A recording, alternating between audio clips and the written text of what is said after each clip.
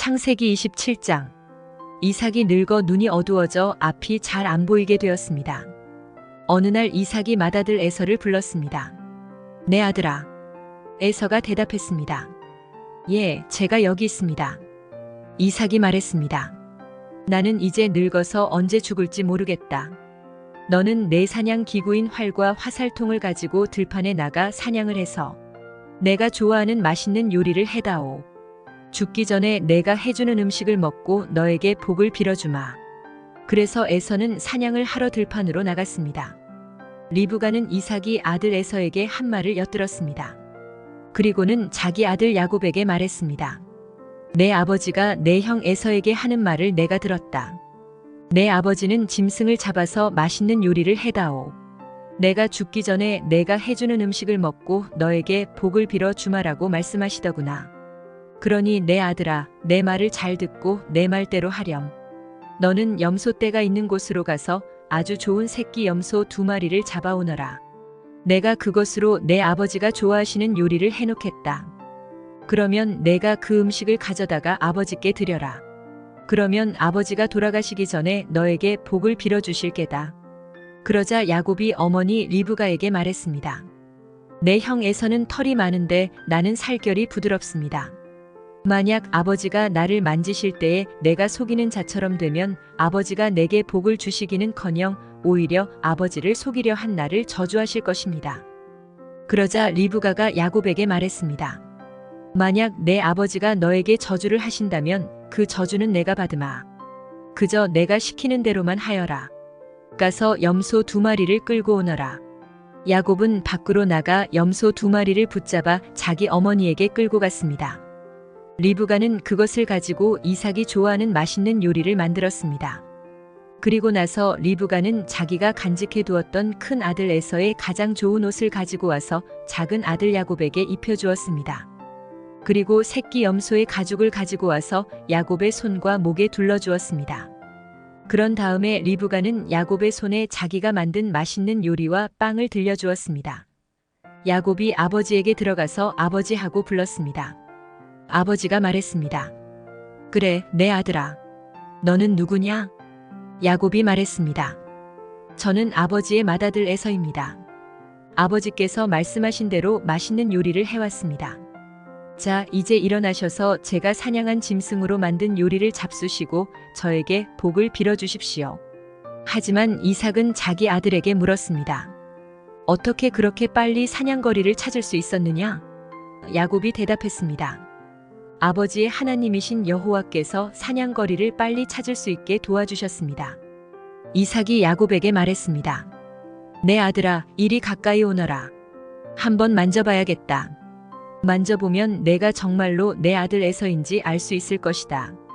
야곱이 자기 아버지 이삭에게 가까이 가니 이삭이 야곱을 만져보고 말했습니다. 내 목소리는 야곱의 목소리 같은데 손은 에서의 손처럼 털이 많구나. 이삭은 야곱의 손이 에서의 손처럼 털이 많으므로 그가 야곱인 줄 깨닫지 못하였습니다. 그래서 야곱에게 복을 빌어주었습니다. 이삭이 물었습니다. 내가 정말 내 아들 에서냐? 야곱이 대답했습니다. 예, 그렇습니다. 이삭이 말했습니다. 음식을 가져오너라. 내가 그것을 먹고 너에게 복을 빌어주마. 야곱이 음식을 주자 이삭이 그것을 먹었습니다. 야곱이 포도주를 주자 그것도 마셨습니다.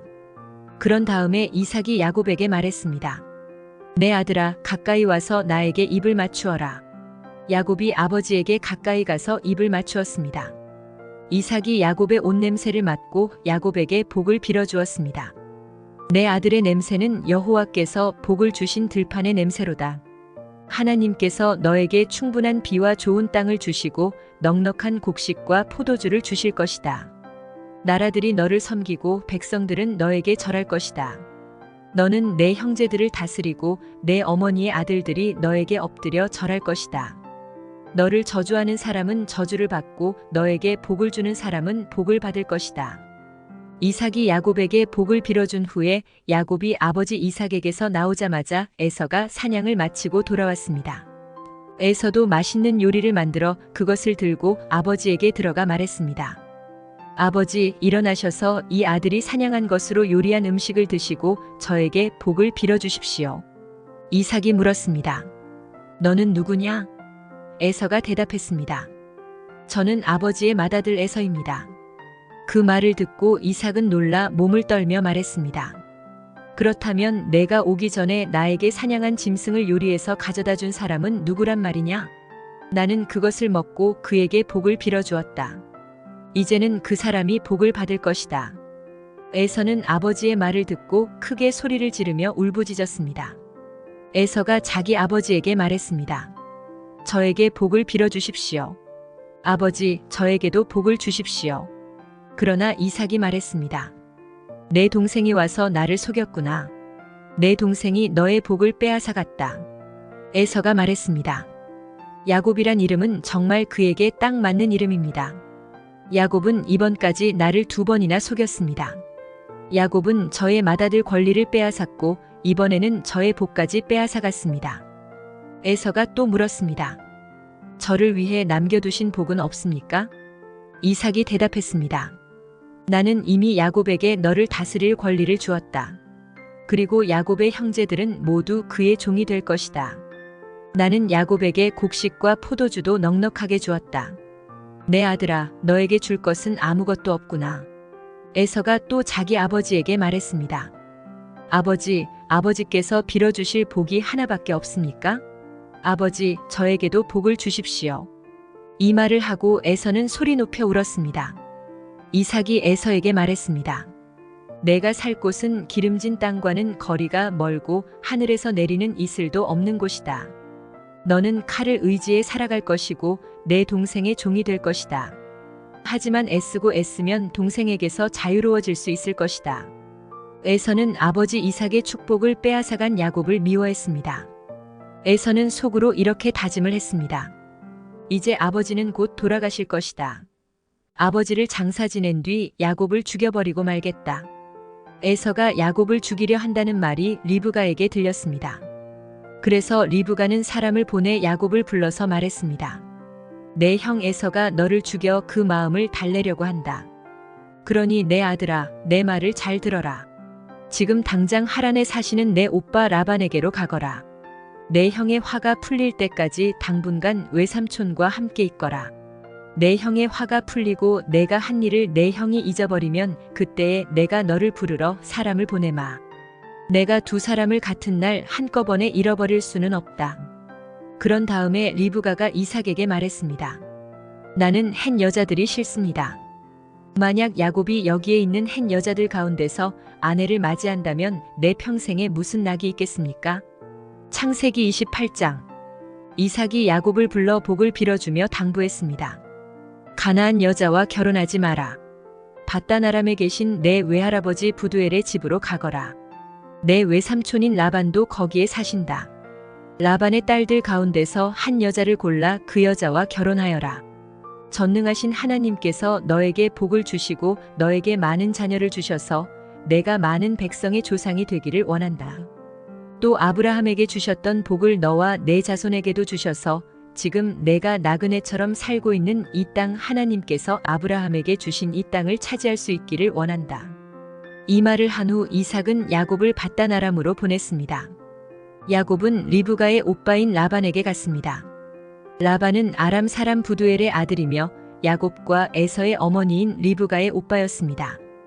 에서는 이삭이 야곱에게 복을 빌어주고 야곱을 밧단 아람으로 보내면서 그곳에서 아내 될 여자를 찾아라 또 그에게 복을 빌어주며 말하기를 가나안 여자 가운데서 아내를 맞이하지 말라고 했다는 이야기를 들었습니다. 그래서 야곱이 아버지와 어머니의 말씀대로 밧단 아람으로 갔다는 이야기를 들었습니다. 에서는 아버지 이삭이 가나안 여자를 좋아하지 않는다는 것을 알았습니다. 에서는 이미 결혼하여 아내들이 있었지만 아브라함의 아들 이스마엘에게로 가서 이스마엘의 딸 마할랏을 또다시 아내로 맞아들였습니다. 마할랏은 느바요의 누이였습니다. 야곱은 브엘세바를 떠나 하란으로 갔습니다. 어느 곳에 이르렀을 때에 해가 저물어 야곱은 그곳에서 하룻밤을 지냈습니다. 야곱은 그곳에서 돌 하나를 주어 그것을 베개 삼아 잠을 잤습니다. 야곱은 꿈을 꾸었습니다. 사다리 하나가 땅에 세워져 있는데 그 꼭대기가 하늘에 닿아 있었습니다. 그리고 하나님의 천사들이 사다리 위로 오르락 내리락 하고 있었습니다. 야곱은 여호와께서 사다리 위에 서 계신 모습을 보았습니다. 여호와께서 말씀하셨습니다. 나는 내 할아버지 아브라함의 하나님, 이삭의 하나님 여호와다. 내가 너와 내 자손에게 내가 지금 자고 있는 땅을 줄 것이다.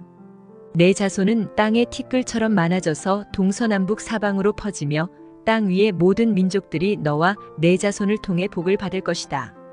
나는 너와 함께하고 내가 어디로 가든 너를 지켜줄 것이다.